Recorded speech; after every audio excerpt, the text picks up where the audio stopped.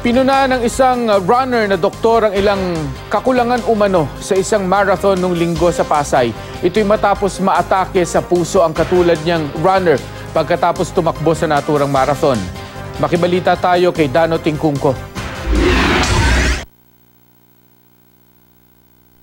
Katatapos lang daw tumakbo sa nilahokang marathon itong linggo nang mag-collapse ang 46 anyos na fine arts professor na si Fernando Torres. Sabi ng kapatid niyang si Hilda, matagal nang hilig ng kapatid ang pagsali sa mga marathon. Passionate talaga siya sa running. Nagjo-join siya. As a matter of fact, recently, almost weekend, meron siyang run. At least, he died doing what he really loves to do.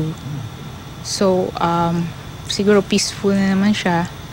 Sabado ng gabi, umalis sa kanilang bahay si Torres para sumama sa Nat Geo Run na inorganisa ng Run Rio Events. Linggo ng umaga, nabalitaan ng kanyang mga kaanak na dinala siya sa ospital. Lunes ng madaling araw, binawian na siya ng buhay. Ayon sa pamilya, inatake raw sa puso si Torres. Sa ngayon, wala namang plano ang kanyang pamilya na habulin ng organizer ng marathon. Nagpunta ng araw sa burol ang nasa likod ng marathon at nagpaabot ng pakikiramay. Isang open letter mula sa isang runner na doktora ang ipinost sa social media. 5 oras daw siyang nanood ng event sa Buendia Avenue, Pasay City.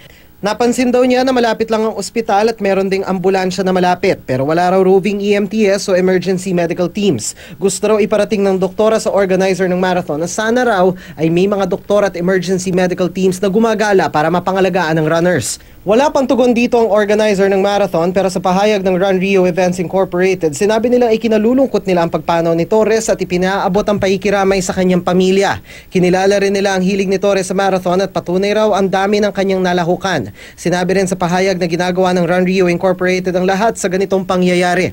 Paalala ng isang cardiologist, bago sumali sa mga aktibidad gaya ng marathon, mahalagang magpa-check up muna para malaman ang inyong kondisyon. Kahit oras lang barado sa ugat ng puso, merong tinatawag na massive vasospasm na pwedeng mag-close yung artery even without a block because of too much external stress on the artery.